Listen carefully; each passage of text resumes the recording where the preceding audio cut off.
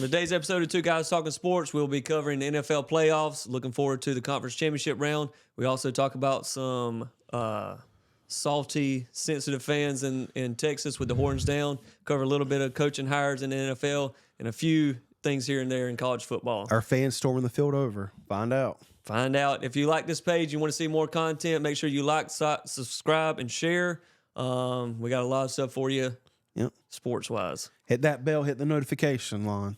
Hi, everyone. Welcome to Two Guys Talking Sports. Kyle, let's talk about our accuracy this weekend. 3-1. 3-1. We were a field goal away from being perfect on the weekend. Well, they would have tied it. There's no guarantee the Bills would have won in overtime. Exactly. I think people will stop not counting out Mahomes, but I mean, he definitely built more of a resume. It's his first road win. Yeah. Let's start with the Texans and the Ravens. This was actually a good game for the first half. Yeah. They go into halftime tied, 10 all. It just looked like the Texans were able to get pressure on Lamar. He was sacked 3 times in the first half. Yeah. And you could tell, like, as he's going into like the locker room and stuff, that he was frustrated with how the game was going. And we talked about it. You know, how are they going to come out? You know, basically sitting for 3 weeks. Yeah. You're going to have some rust. You're going to come out slow.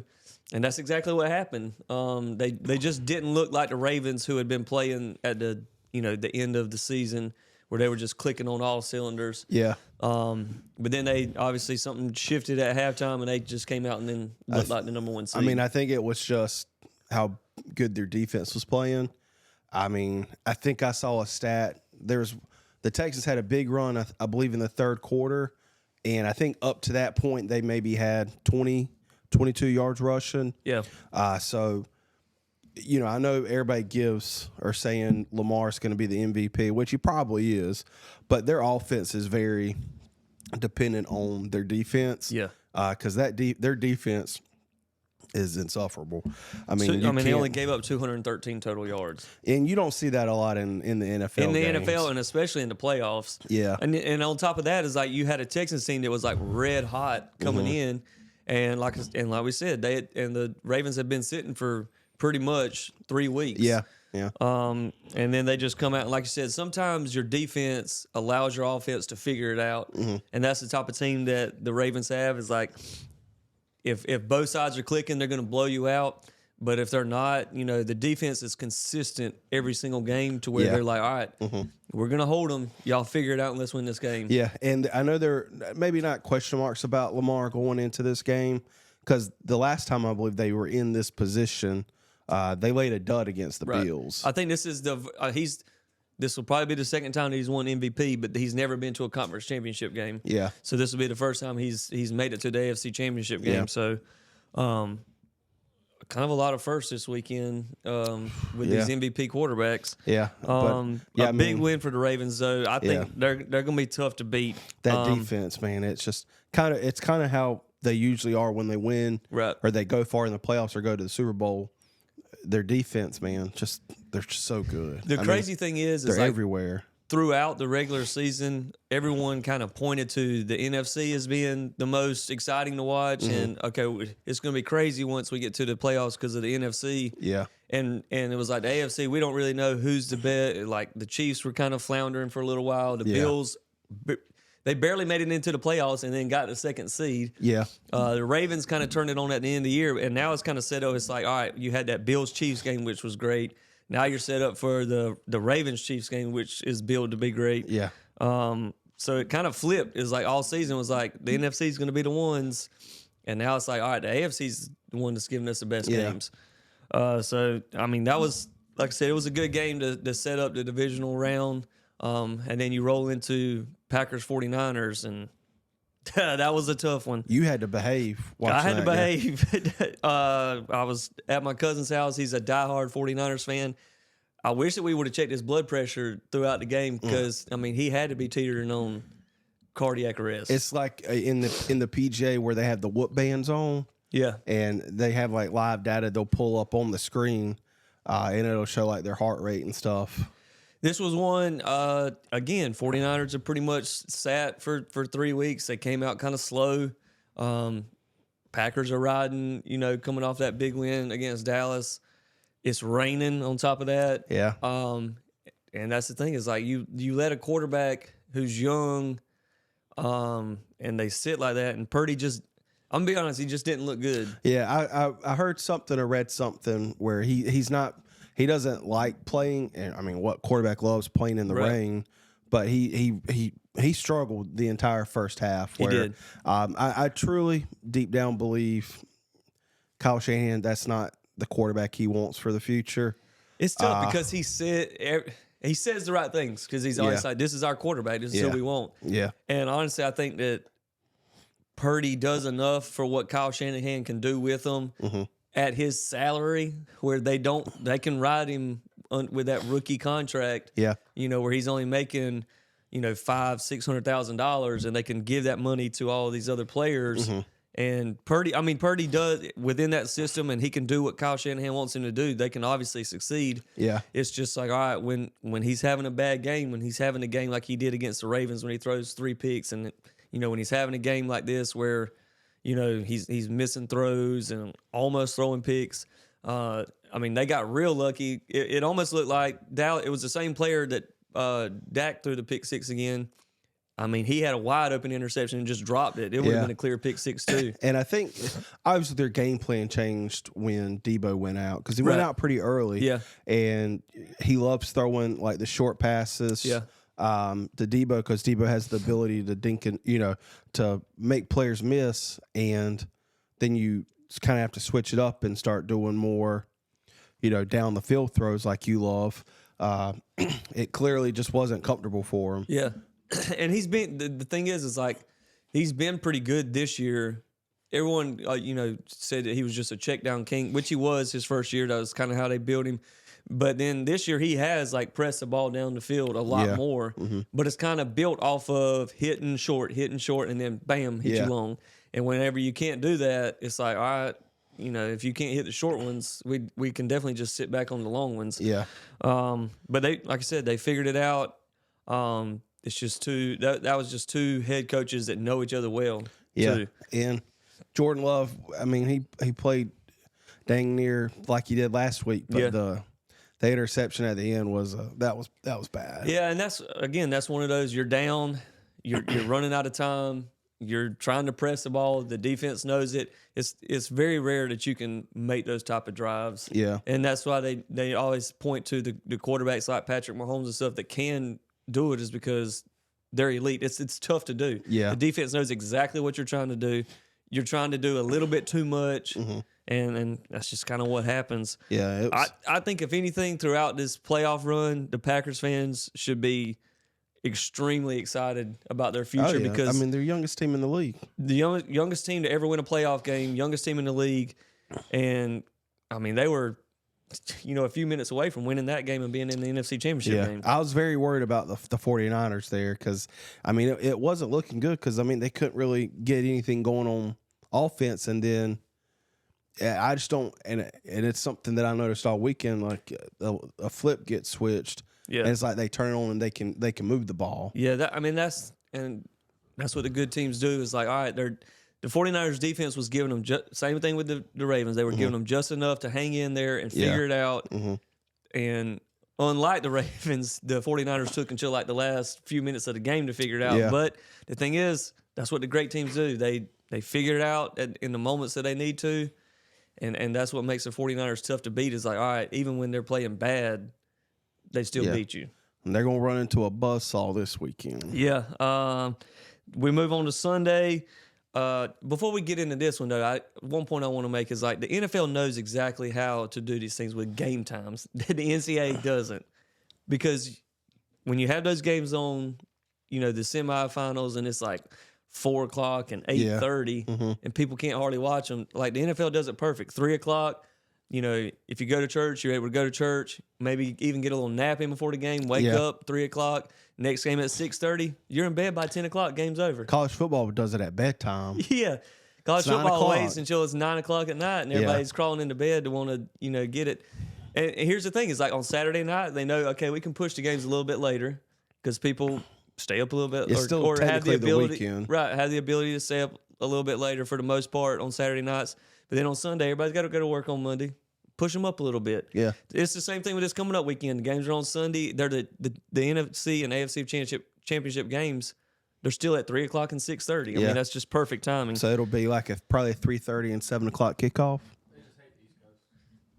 I guess. Well, my thing is, I just don't understand, like, especially college football, like, what's the fascination?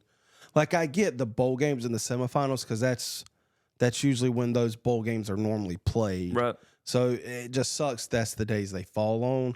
But like the national championship game, why not have it on Saturday night? Yeah. I don't know. That's college. They got a lot of stuff to fix. You don't want to compete with the NFL because like the NFL's in that point of their season where they're probably not going to have a Monday night game. Maybe like they're moving some games to Saturday because they don't have to compete that much with college. But Right. yeah, I don't understand the fascination with Yeah, it makes no sense. putting it on Monday and then playing at like 8:30, 9 o'clock, and it's again like we had this year. It was 1 a.m. when the game got over. Yeah, this doesn't make any sense. The Lions on Sunday took on the Buccaneers. Another great game in Detroit. But I mean, Baker Mayfield is different in the playoffs. Yeah, I mean they were. If you have a good defense and a somewhat mediocre offense, and you get hot at the right time, look at the Bucs, for example. That's pure. That shows what it can do for you. Yeah. Baker did throw 2 interceptions, but you know, for the most part, he's done well, especially for what they have. Yeah. I think that they figured out kind of what the Lions were doing throughout the game and just started exploiting that. I mean, they were just throwing bombs, you know, to Mike Evans, and that's when you got a receiver like Mike Evans, you can do that. Just lay it up and let him go get it. Yeah. And they just started doing that, and it kept him in the game. But I mean, Dan Campbell has the biggest set on him. That fourth and goal play from the 1 yard line. And here's the thing: is like it's already like gutsy enough to go for a 4th and 1. Yeah. But when you just do a straight handoff up the middle on 4th and 1, it's almost like and maybe it's just somebody expected maybe a play action, roll some people out, move the quarterback, and he's like, all right, well, that's what you're expecting, so I'm going to just go straight up the middle. And it worked, and for the most part, I mean, when he makes those calls. He's consistent with his gutsy play call, decision making. Yeah, I just wonder if they get to a situation against the 49ers, like some of these teams that they're doing it against. Yeah. It's a little bit different when you do it against the 49ers or the Ravens defense. The Bucs defense is pretty dang. Todd Bowles is a good defensive coach. But I think that was the game changer because, I mean, after they scored, Bucs go down and score. Yeah. And immediately after that, the Lions scored. Yeah. You feel like the momentum changed after that touchdown because I'm pretty sure the Lions scored again, and it was a 31-17 game. And then Baker had a heck of a drive. And what I don't understand is so basically the Lions were up 14. The Bucs score, and they potentially have a chance to get the ball back, and they go for 2. Yeah, that made no sense to me. Like I get it and I don't get it because it's still, I guess you could say, a 1 possession game, right? Because it would have been. If they didn't get it, it was 31-23. Right, so still 8-point technically game. They can still tie it back up.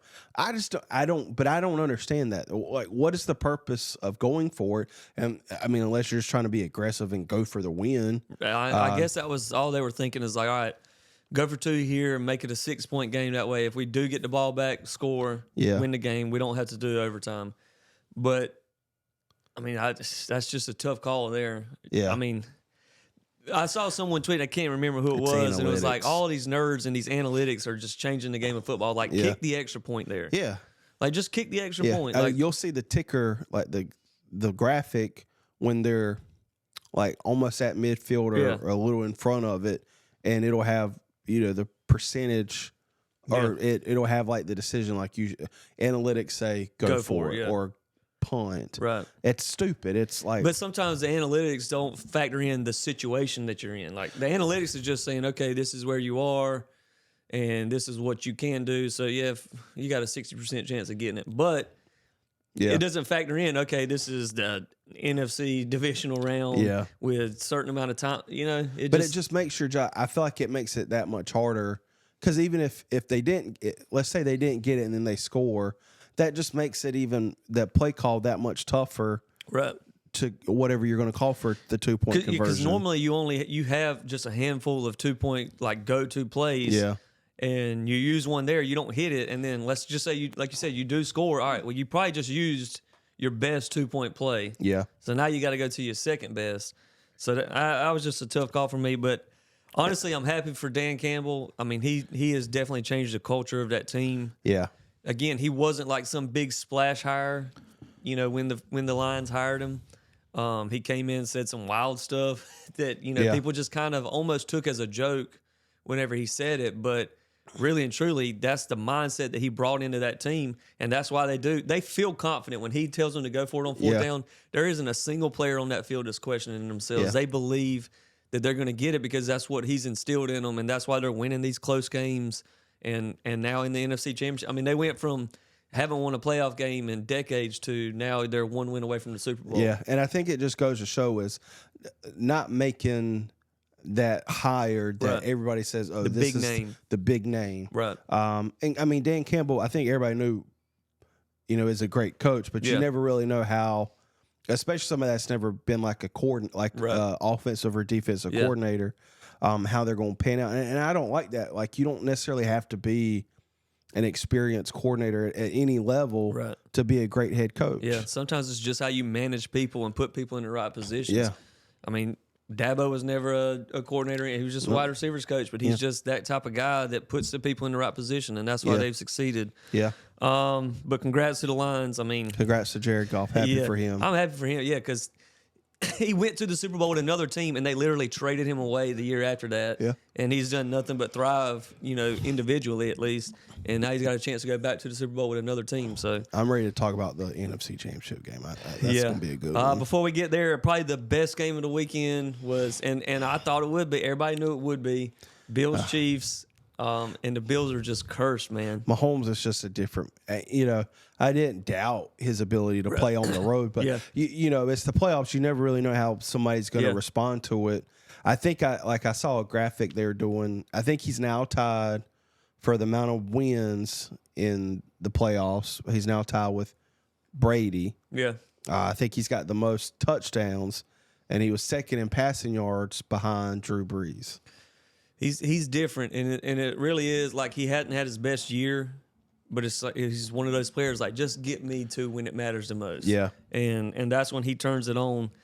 And the Bills and the Chiefs, they've had this like running series in the playoffs where it's just been these close games, and the Bills just can't get it done. No, and then they're like, all right, we finally got it on our turf. Yeah, now, and it looked like it was the Bills' game to win, and then Patrick Mahomes and them just do what they do at the end. Yeah, and the Chiefs' defense just really stepped it up and stopped the Bills' offense. Yeah. I feel bad for Josh Allen because at the end of the day, nobody's going to remember the bad fake punt McDermott called or the missed field goal, bless you, or anything like that. It's just going to be he lost again to Patrick Mahomes in the playoffs. I mean, he couldn't have done much different. He had one bad fumble. Right. Luckily, it didn't affect him. But still, it's just like you said, something in the playoffs that just clicks for Mahomes. I mean, Kelsey had a big game. Had I believe 2 touchdown catches. Yep. They broke the record for QB. I'm gonna do like you now. Oh boy. They broke the record for QB tight end duo touchdowns. I think Gronk and Brady had it throughout. However long they were there, and Patrick and Kelsey's done it in 5.5. Playoffs. And the Chiefs were just gashing, especially the second half. Their running back Pacheco was just having it, and he didn't play when he wasn't in the game, or he didn't play when the Bills and the Chiefs met in the regular season. And again, this is just it just goes to show like pretty much every game this weekend was like, all right, there was good offense, but it came down to which defense stepped up the most. Yeah. And it's always been the old adage is offense wins games, defense wins your championships. Yeah. And that's kind of what it's been is like, all right, the team with the defense who stepped up the most against these potent offenses is the ones who've won the game. And another thing is Stephon Diggs had a big drop pass That They had a ton of drop passes. That'd have been a huge gain too. It wasn't like it was an 8-yard pass. Yeah, I mean it was that down he the field. launched that thing. Yeah. When I talk about I like seeing him throw down the field, he threw that thing a country mile. Yeah, it sailed. He's the prototypical quarterback if you just want to see somebody launch the ball. And it's not like, I mean, that thing had some hang time on it. I mean, it looked like a kickoff almost, just straight. It was a beautiful pass. It should have been caught, hit him right in the hands. That would have changed the game. They had a bunch of drops, but again, like you said, nobody's going to remember the drops. They're not going to remember the fake punt. They're not going to remember anything. They're going to remember Josh Allen lost again. And unfortunately, that's the tag you get when you're the quarterback. Is no matter what else happens in the game, he's the one who lost. Yep. But great game. Kicker misses it at the end. Obviously, they had to delay the game last week because of weather, and then now you got a kicker kicking in the elements. Why not build the dome?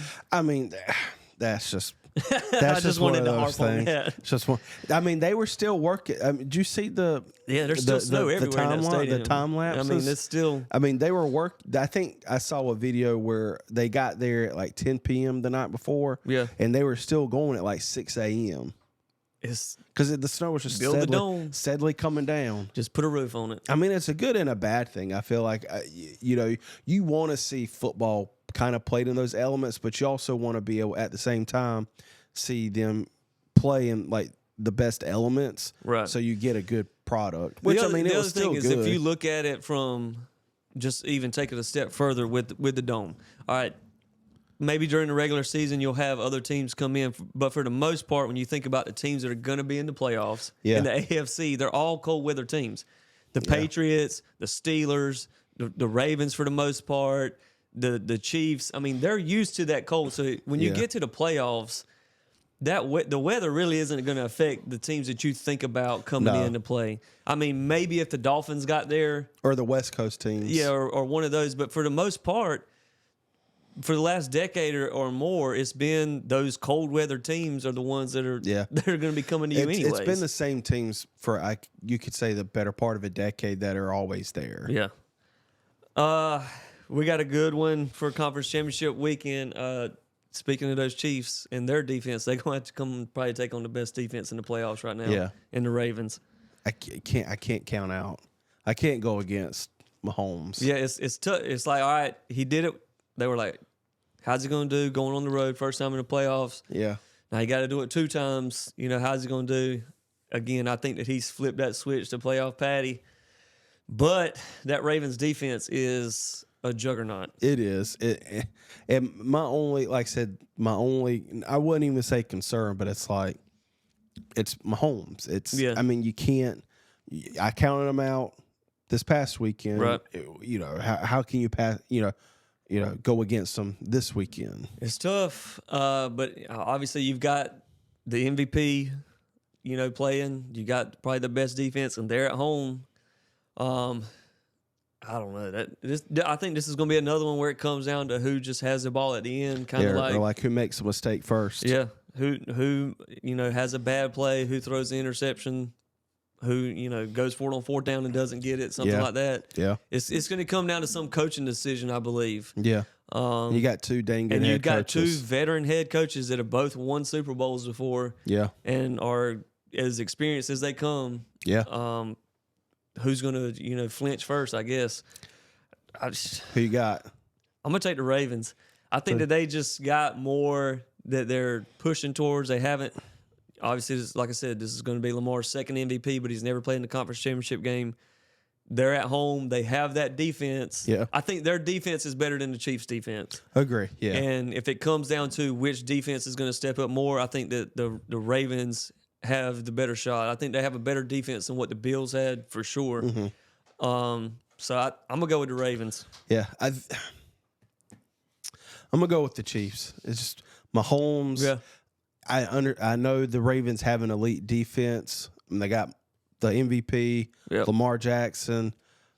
It's Mahomes. It's Kelsey. It's Andy Reid. Taylor Swift. Did you see? Speaking of Taylor Swift, did you see Jason Kelsey? Yeah, out there with his shirt off. Man, I mean, he had on sweatpants, Timberland boots. He was out chugging hanging beers. up with the Bills Mafia. Yeah, with Bills Mafia before. A Lions fan was with them, and I think they slammed him through his table, and his butt caught on fire. I'm assuming he's retiring, because what's crazy is like there was a tweet out this weekend, like the Eagles are restructuring Jason Kelsey's contract. His brother Travis says he's still got some football left, and he was like, "All right, what are we doing? Are you retiring or you're not retiring?" I think they're kind of trying to play like damage control, because people gave Adam Schefter a hard time about that last weekend. I don't think his mind is made up, but I'm pretty. I mean, he addressed the team. It was a question mark him retiring after last season, after the Super Bowl.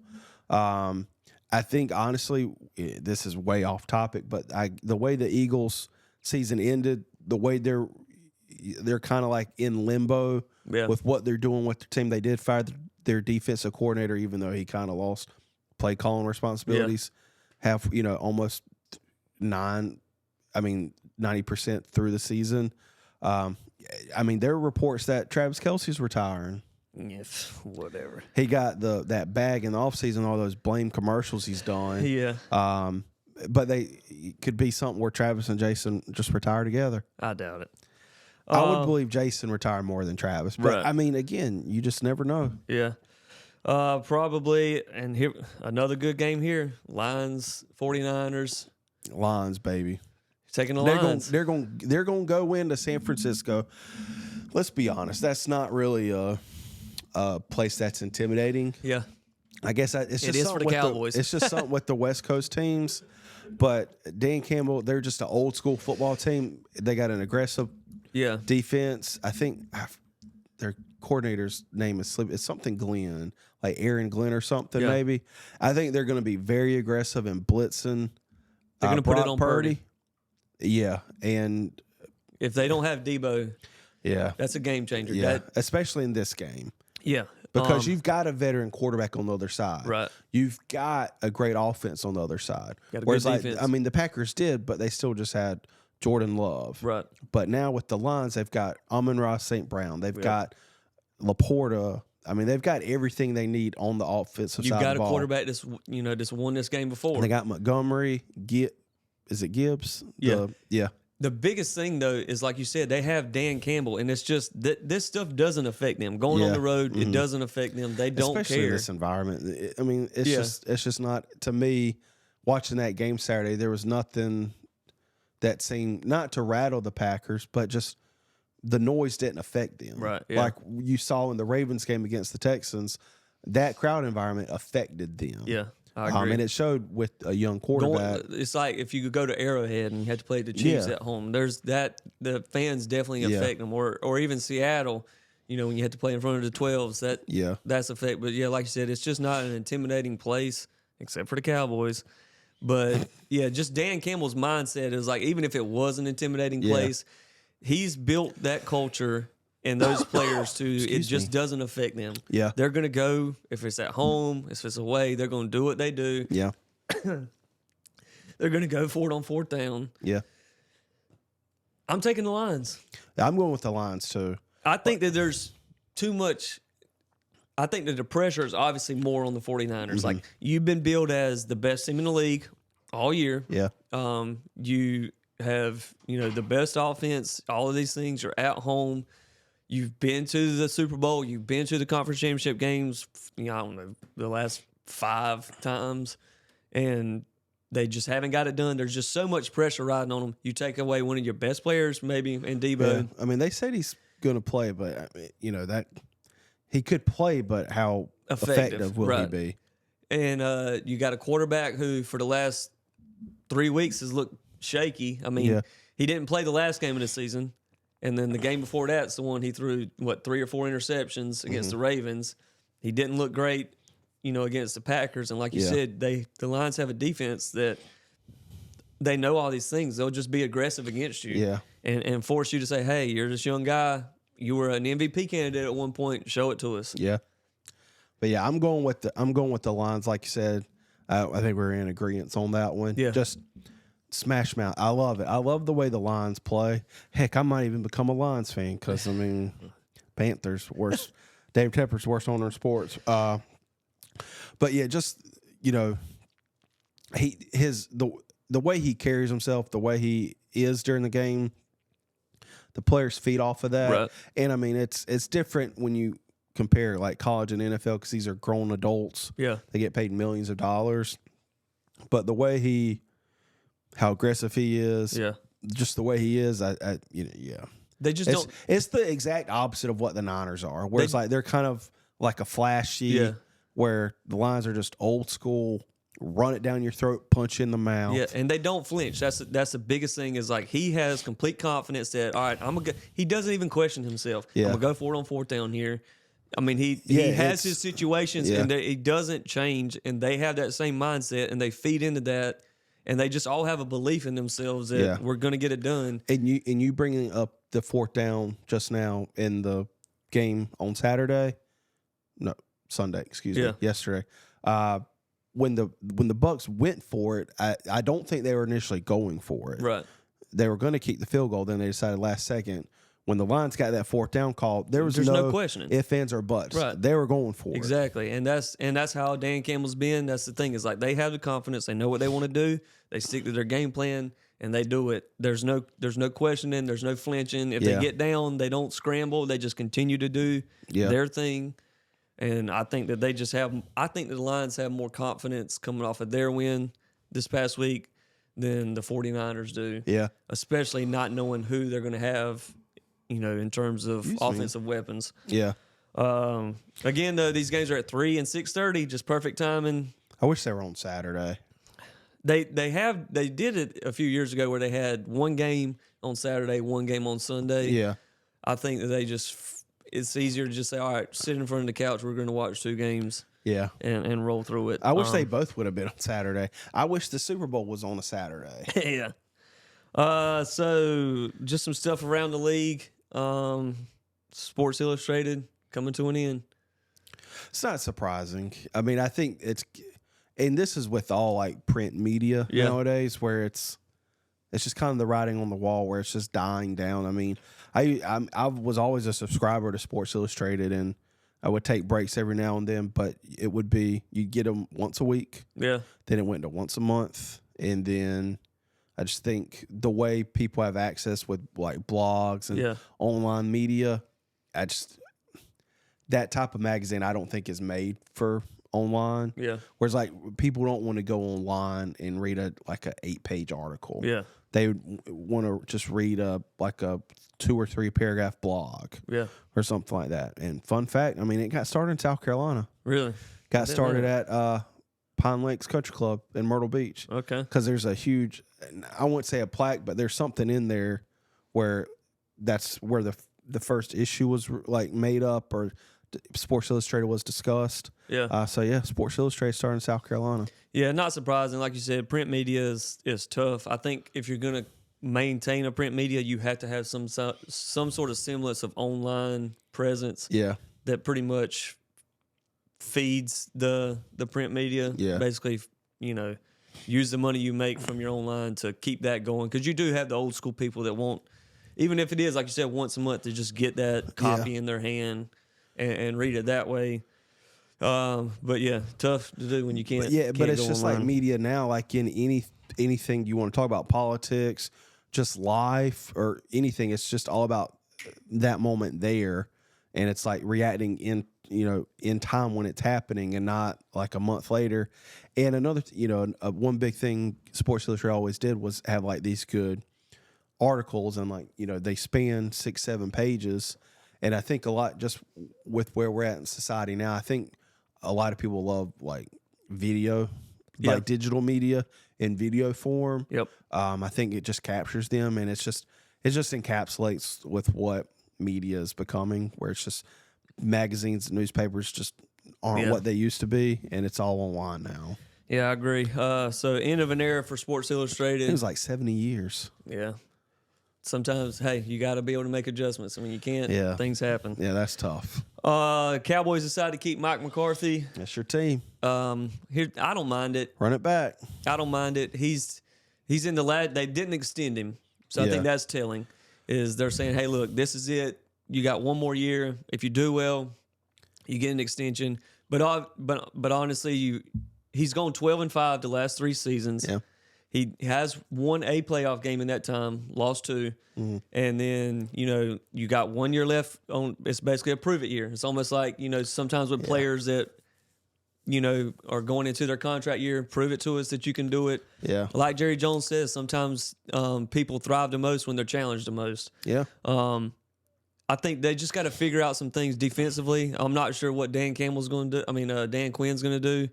He's interviewed for a bunch of head coaching jobs, but from everything reports are saying, like, Dallas expects him to be back. Yeah. They just got to change up some. They just got to get the players in there in spots that there's a weakness. You need a running back. You need some defensive tackles to stop the run. I mean, we were basically playing strong safeties at linebacker this year, and you just can't do that. And I think another thing is, like, you're just not, and I know it's just been going on for a long time now for the Cowboys, where they're used to dominating in the 90s like they did. Right. But I mean, unfortunately, you're not going to make it to the Super Bowl every year. Nope. I mean, who would you hire if you did fire McCarthy? Exactly. It's not just as simple as, he sucks, fire him, bring in somebody new. Right.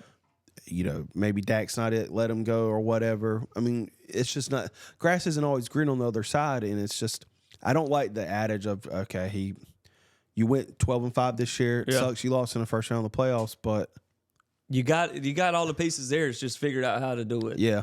And I saw one guy tweet, he's one of the Cowboys writers, and he's just like, all right, Green Bay lost. Got to fire the head coach. Got to get rid of Jordan Love. That's the rules. I don't make them up. Yeah. That's what y'all told me. You lose in the playoffs, fire your head coach, get rid of your quarterback. Yep. I mean, Josh Allen and them, he's billed as an MVP candidate every year, and they don't ever succeed. I mean, sure, if you get 1 or 2 playoff wins, is that really succeeding if you don't make it to the end and get it done? Eventually, you got to say, okay, how is it a problem in Dallas, but it's not a problem in these other places?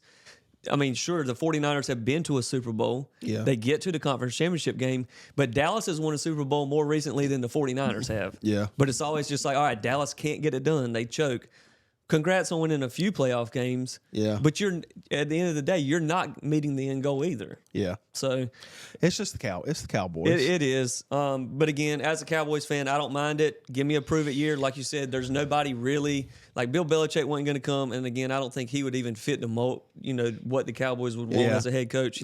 He's older. He wants a lot of control. The Cowboys want to spread out control as far as like drafting, player personnel, that kind of thing. Jim Harbaugh would probably be a good one, but again, he's one that just wants to, have a lot of control over his team. Yeah, and Jones isn't going to do that. Right. And so I think, you got to prove it year. They didn't extend him. Go show me what you can do. Yeah. If you can't get it done, we just walk away. We find someone from there. Yeah. So I don't mind it. Antonio Pierce, hired as the Raiders head coach. He was interim head coach throughout the year. I think that's an emotional hire. I think this is I think it's an emotional hire. I think it's players. There was a lot of players that were, standing in the gap for him. Yeah. I mean, Max Crosby said, like, if y'all don't hire him, I'm gone. Like, I'm out of here. I want to trade. Right. And I get it. Like, I mean, obviously you want to hire somebody the players like, but I don't know. He could work out, obviously. Right. We don't know. I don't know. I just feel like it's just an emotional hire. It is. And again, but I think it's one of those two. It's just like, all right, we've gone and made the splashy hires. Yeah. And they haven't worked out. And you look at a team like the Lions who didn't go and make that splashy hire, and it has worked out for them. Yeah. And it's kind of the same thing with like the Patriots. They just did an internal hire with Gerard Mayo. Obviously they're moving on from a legendary coach. They could have went out and tried to get another big name, but they're just like, look, we believe in this guy. We know him. Yeah. We've seen what he does. He's been in our building. He knows what we expect. Yeah. Sometimes the splashy hires don't work out. And I don't even think it needed to be like a splashy hire. I don't know. It just, you see this happen more often than none where they make, and you could say the same thing at the collegiate level where these teams, universities or these franchises do an emotional hire where it's like, okay, look how good or like how much better the team looked when this guy had it, Right. the interim guy, Antonio Pierce, which, I mean, he very well could be a great head coach, and I wish him nothing but the best. I don't know. Sometimes I just feel like I guess it's more understandable in the NFL than compared to college. Yeah. But, yeah, I don't know. I think one thing, too, with like the Raiders is with the big names that are out there, with Bill Belichick and Jim Harbaugh, those are pretty much the two big names, that would be considered like the splashy big hire. I don't think either one of them would even consider the Raiders. So at this point, like, all right, let's just go with a guy that the players like. Yeah. They're going to play hard for him. He's in our building. It's another one. He's in our building. He knows what we expect. Mm-hmm. We know, what he can offer. If it doesn't work out, we can probably move on within the next year. But yeah, again, I don't mind it. It ain't my team. No, yeah, I know. And like I said, they went from Gruden, and then they had the interim with Bisaccia. Yeah, who's the special teams with the Packers. And a lot of players wanted him. Yeah. The players wanted Bisaccia, and they moved on from him, went with another splashy hire. And Josh. I don't feel like Josh McDaniels was a splashy hire. I don't know. Like, he has got a lot of reputation from what he did under Bill. Yeah. And I mean, he hasn't worked out with him as head coach. He was a head coach. He was with the Broncos. Right. Didn't I don't work know. out. It's one thing, like, if it just doesn't work out and the players still have your, I guess you could say, respect. Right. But from, like, all stuff that I've read, like, people hate him. Yeah.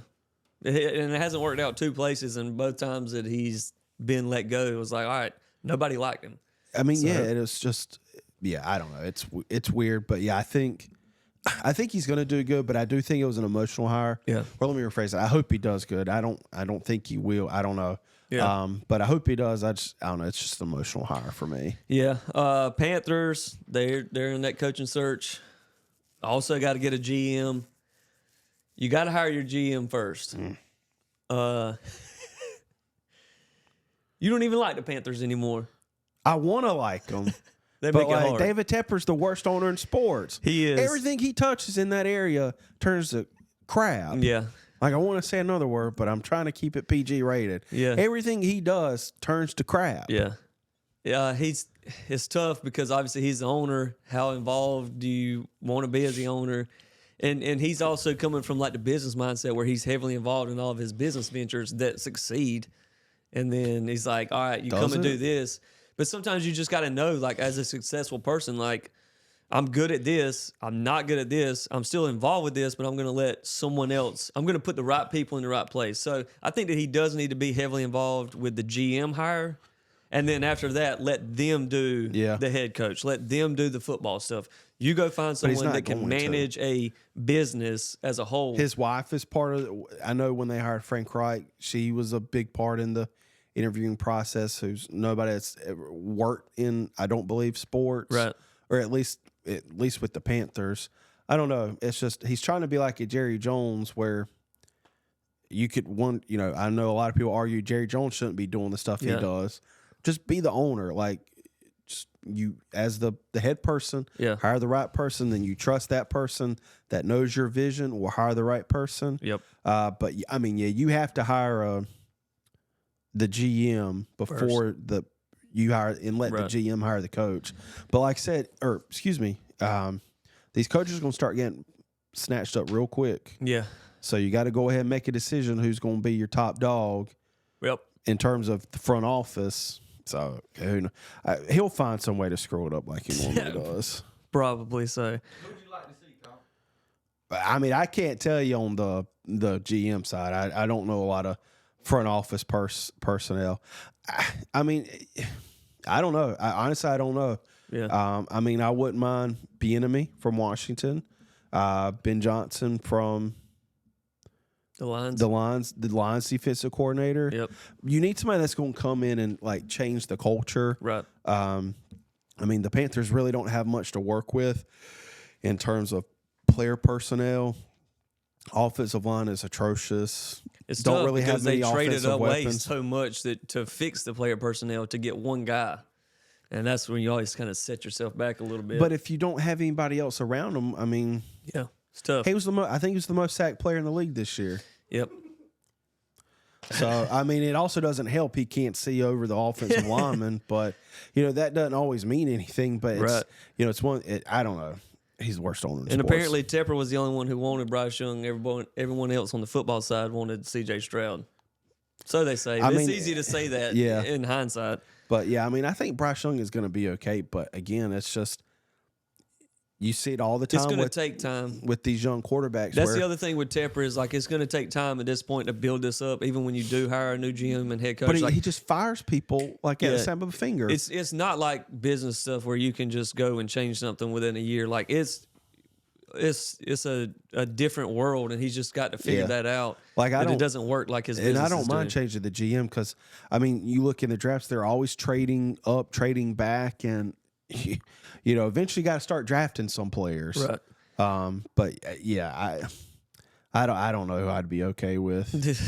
They'll probably bring back Ron Rivera, just like the Hornets do. I mean, they brought back Steve Clifford after they fired him, so who knows? The two big names, Belichick, Jim Harbaugh. I think one of them's going to I think Bill Belichick's going to end up with the Falcons. He wants a young team that he can kind of change quick, win now. I don't know. I don't get the hype with Belichick now because you've seen what the Patriots have done since Brady left. It's gonna be the same type of team. Yeah. I don't know. Yeah, I think Belichick's kind of ran his course. Jim Harbaugh, on the other hand, I think that he's kind of on the uptick. He's been in the NFL before. He knows how this works. I think the Chargers are a good fit for him because obviously they have a good offense and they have a good offensive coordinator. I think in Kellen Moore, if he come in and get the defense right. And here's the thing: is the head coach that they had, I can't remember his name off the top of my head. Who, the Chargers? Yeah. Brandon Staley. Yeah. He would take the gambles like Dan Campbell would, but he just never hit them. They would go for fourth downs and stuff, and it just never worked. And he just never changed. And also, he was calling the playoffs, the defense, and the defense stunk. Yeah. And he's just this another one where he was just an up-and-comer, good coordinator that was very, I guess, analytical driven maybe. Yeah. And, I mean, at the end of the day, it's just... I think Jim Harbaugh would fit them the best. Like I said, he's on the up. He knows defense. He knows the NFL. Yeah. He succeeded in the NFL. I think that he would be a good fit for them. I'd love for the Panthers to hire Mike Vrabel.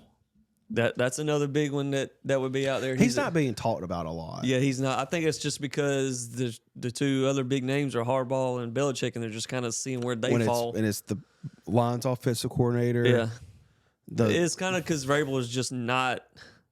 He hasn't won. He's like a Dan Campbell type coach. He's not on the uptick like Harbaugh. He's not a legendary coach like Belichick, and he's not right now like some hot coordinator. Yeah. He's a really, really good head coach that has had a bad year, and so all these other names are kind of taking over. Yeah. And also, like in Tennessee, the front office didn't really help them. If your front office doesn't help your coach, I don't care. You can only be a head coach. Like, being a great head coach can only get you so far without the personnel around you. Yeah, I agree. A little bit of college sports before we wrap it up. Horns down. Does this offend you? Doesn't offend me. I'm not a Texas fan. The Longhorns are going to get eat alive in the SEC. Yeah, that's going to be tough. If they are that emotional and take offense to that, oof, the SEC is going to be rough. They want on penalties in college football. Their head coach was cussing at UCF players the other night when they got beat. Yeah. And say we don't act like that. And then when you do stuff like that, and Texas beat Baylor on Saturday on like a game-winning layup, and you would have thought their head coach had just won a national championship. So it's okay to, I guess, moan about certain things, but when you do something like that, people are going to give you some crap about it. Yeah.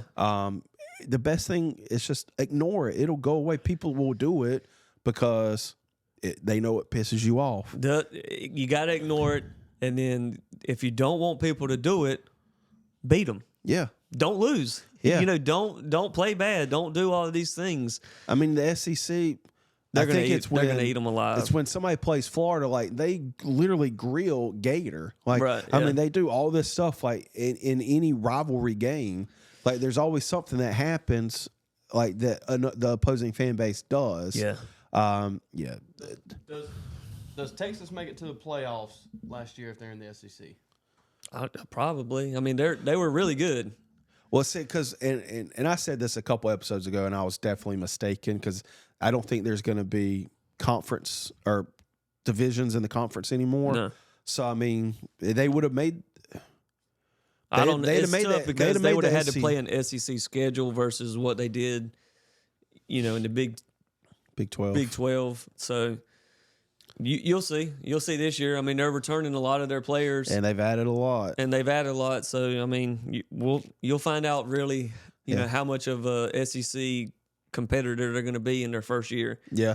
I think that they're transitioning to the SEC at the perfect time to try and compete because, like I said, they're returning players from a playoff run. They're adding a lot. And also Nick Saban's gone. Right, exactly. So, Don't get offended by this. That's stupid. yeah, let it go. Yeah. Alabama fans, obviously Nick Saban has retired. Players are leaving. Players are decommitting, and that's expected when a coach leaves. Alabama. I saw a tweet where an Alabama fan was like, "I'm not pouring my money to keep this certain player." So they're starting to see how it is for majority of the country in college football. Yeah, that's tough, but that's going to be interesting to see. They lost 2 big freshmen. Yeah, how Alabama does next year without Nick Saban. I was definitely tampered with. Here's the Caden thing: Proctor. It's probably so, but at this point, there's no rules in college football really anymore, anyways. Between the NILs and when you can contact and who. I mean, Jesus, if that's tampering, Nick Saban was caught on camera after a game telling the LSU running back, "You would definitely play more if you were at Alabama." Like he said it to a player to his face on camera post game. Like if that's not tampering, then you can't say that Iowa did is tampering. I could be wrong, but I'm pretty sure that player transferred from Alabama. Don't care. But I think it was more of like in a joking manner. Don't care. But yeah, I mean, it's the same thing. Joking, where they were previously there or not. It doesn't. It's the same thing. It's definitely something you can't get pissy about it if somebody else does it. Whenever your head coach is doing the same but stuff. I think it just create, and I don't think it was Alabama. I did see some Alabama like accounts tweet about it, but I think it just brings up a bigger picture of what college football's kind of turned into. Yeah, where like, and you see the NCAA kind of, I think they're starting to crack down because Florida's under investigation now for a quarterback recruit that ended up, I think, at Arizona State this year over his NIL stuff. Yeah, I mean, I think the NCAA is starting to crack down a little bit on it, but that is something that needs to stop, though. Yeah. They gotta do something. The NCAA's got to change some rules because you've got all these like intermediaries that say they are represent these players. I don't know. It's nasty, not nasty business, but it's just like I don't know. It's changing the game that I love the most in college football, and I like players should be able to get paid off their name, image, and likeness. These bidding wars, and this brings up another person I want to talk about. It gets kind of stupid. Like, I mean, it honest to God is. It's like it's ruining college sports, and I don't think this is what NIL was intended for. No, not at all. And we've talked about this a little bit. Yeah. But Mark Ryan from the Upstate tweeted like how he supports the way Dabo does it. And I do agree, like, you want to stay firm in your beliefs, but you see Clemson is not regressing, but they're falling behind the 8 ball when it comes to recruiting, because guess what? Whether you hate it or not, this is what it is. And Clemson Clemson, I don't think they got a single portal commit this year, and it's because Dabo's not going to get into a bidding war. Yeah. Here's the thing. Well, first of all, his tweet too made it seem like they're just not engaging in the portal. Dabo's doing it the right way. They're just not doing this portal thing. That's not true. They tried to get players in the portal. Yeah. Those players just decided not to come. Now, maybe, Dabo said that he's not going to get into a bidding war. I can respect that. Yeah. If you want to say that, sure. But the thing is like, you can stand on business or whatever you want to say. Yeah. But the thing is, you're falling behind. Yeah. You were the only coach. You were the only team that had a top 5 recruiting class that did not sign anyone in the portal. Yeah. And the thing is like since then they haven't been back to the playoffs. No. They didn't win the ACC this year. Like you are falling behind. Like you can't tell me like we're still an elite top tier program. You got 0 portals and you were ranked 15th in recruiting. Yeah. Like it's one thing if you're saying we don't need the portal guys because we're number 1 in recruiting. Yeah. We signed 6 5-stars and 12 4-stars and we're number 1. We're still killing it in the recruiting in high school. Yeah. You're not even top 5 in high school recruiting. Yeah. And you got 0 in the portal. And here's the thing: you lost players in the portal, so now your net. Yeah. You're in the negative. As much as South Carolina lost in the portal, they replaced them with more talent, I believe, in certain positions. So in terms of, they were like, obviously you see everyone leave at one time, but then you slowly add those players back. Yeah. South Carolina had one of the top portal classes. Yeah. This cycle. We're not Ole Miss. Right. So I mean, The day of he bashes South Carolina for all these players leaving, but the thing is like they had a net gain in what they got in the portal versus what they lost. It's also just Mark Ryan, and he just whatever way the wind's blowing, that's what he's going to go with that. Like he's gonna say something to get clicks because he knows South Carolina fans will come at him on especially on Twitter. Yeah. And I mean Beamer's been very adamant. I mean you look at the receiver we got. His name's slipping my mind, but that ended up at Boston College. Yeah. I mean, and this didn't come from his mouth. It's just the insider sources for the Big Spur that I follow. He's not going to get into a bidding war. Not like that. No. And like you said, there's a way to do it that is conducive to the environment we're in college football and not just, like I said, okay, we're offering you $1 million. Well, okay, well, George is offering me 2. What can you do for me? Yeah. Beamer's not going to do that. Right. Exactly. Here's the thing. If Dabo wants to come out and say, look, if I never win another game, I'll go down, respecting myself that I didn't, change the way that I did things, just because the game changed. Yeah. Fine. I'll definitely respect that. Yeah. But don't come out and say, buy all the stock you can in Clemson. We're still an elite program. Yeah. Well, you didn't. You're losing more games than you used to. Yeah. You didn't win the ACC. You haven't been back to the playoffs since all this started. Like all of these other teams, well, Nick Saban didn't like it either, but he did it. Yeah. Whether you like it or not, if you want to succeed, you got to play the game. Yeah. And sometimes even if you don't like the rules and how the game's set up, if you want to win, you got to play the game the way it's played. And like I said, having a top 5 recruiting class for high school players is not necessarily it's not what it used to be. Right. Where it's like, you look at Ole Miss, like they're just dominating in the transfer portal. Right. And they're going to be a preseason favorite to go to the college football playoffs, where it's, where you can have great high school recruiting classes, but 9 times out of 10, you're going to have players in there that are not going to be ready to play major D1 football and like actually contribute. Right. Yeah.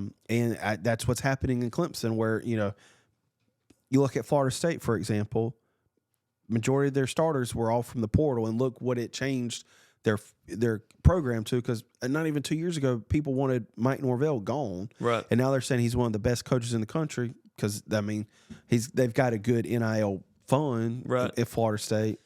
But like I said, you can still hold true to your values that you want as a coach, but like you said, you either adapt or you get left behind. Yeah. And I'm okay with, as a Gamecock fan, I'm okay with that.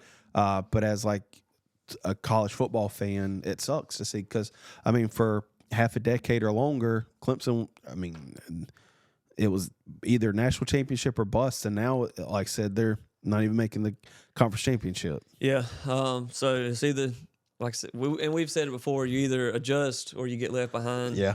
And look, if you don't want to adjust, just come out and say it. Look, I'll stand on my ground, and if I don't succeed anymore, I can go down, knowing that I did what I thought was the right thing. Yeah. Sure, fine. Yeah. But that's not what he's saying. Like they're still trying to say like they're an elite program and buy all the stock. Like, all right, well, you're not doing the things to do that. Yeah. So. Yeah. Lastly, we had a court being stormed in women's basketball. What happened yesterday, I think, is going to change the way they allow it. Here's the thing too. It's like she flopped hard. She did a LeBron I know flop. that, but you just look at the big picture. Like, yeah, a lot of people get injured with that. What if it had been somebody that went and just punched her in the face? Right, exactly. Yeah. You know, she sell a little bit. Yeah, she sold it. But I mean, they still made contact with each other. They did, and I kind of leaned into it. They're gonna change. I think that will change the way they allow. Like, I also think that storming a basketball court is way different than storming a football field. But still, like, I mean, you look at football, you've got 84 players out there all trying to get off, and you've got fans running, and you have people who want to be there that are running on there for clicks, that are, you know, making videos and me going up to you, who's know, the starting quarterback or something, and say you suck or whatnot, and try to get a reaction. Playing a dangerous game. Yeah, and I think it's going to change. I mean, the SEC, I know you get fined over $1 million, which I think fans should be able to storm the field when it's a big time upset. Right. But you've got to do something to help the opposing team, because, like I said, I'm surprised nothing bad's happened yet. Yeah, I agree. I think she sold it a little bit, but hey, maybe her selling it like that is like you said, going to get some things changed, because it is very dangerous to both the fans storming and then also the players. Because what if a huge fight breaks out? Exactly. It's going to be on. It's going to happen eventually. It's all negative for the players and nothing but positive for the fans. Because I mean, what if it had been something where you know, like they bumped into her and she retaliates and punches the person there, which I couldn't tell who it was that bumped into her. I couldn't tell if it was a guy or a girl. Right. But what if she'd have retaliated and punched them in the face? Yeah. Well, now her career is just tainted. Right. And people are going to call her whatever. Yeah. And then that fan who, I don't think they purposely did it, which you could say they did. Right. Faces really no repercussions, at least from a societal standpoint. Yeah. They may get arrested or something, but at the end of the day, like, nobody's going to remember that. Right. They're going to remember the player retaliating, and I don't think it's right. They should still be able to have fun and storm the field, but you got to do something in a scenario like in basketball. Like I said, there's really nothing preventing fans from running on the court, especially outside of where like the players are or like the announcers tables are. They can just run straight from behind the goal or the basketball goal. Yeah. So yeah, I think something definitely has to change a little bit. Yeah, there's definitely got to be some changes there. Just to recap, we got Ravens, Chiefs, 3:00. I'm going with the Ravens. I'm You're going with Patty and the Chiefs. I'm going with the Chiefs. And then we got the NFC Championship game, 6:30. Lions, the brand new Lions versus the 49ers, and we're both going with an upset here. Yeah, with the Lions. Yep. So it should be some good games. So I'm gonna have a Chiefs Lions Super Bowl. You want a Lions Ravens Super Bowl? Yep, that'll be a good one. So yeah, we'll be back next week to recap those, and then obviously look forward to the Super Bowl, which would be 2 weeks from Sunday. So we'll have some time to really delve and dive into that. Yeah. So see you next week. Yeah. And I'm sure there'll be some more coaching and college stuff that comes up too in the meantime. Yeah, I think a lot of the coach, especially now that there's only 4 teams available now. I think you're going to start seeing some pieces fall in terms of coaching. See you next week. Thank y'all.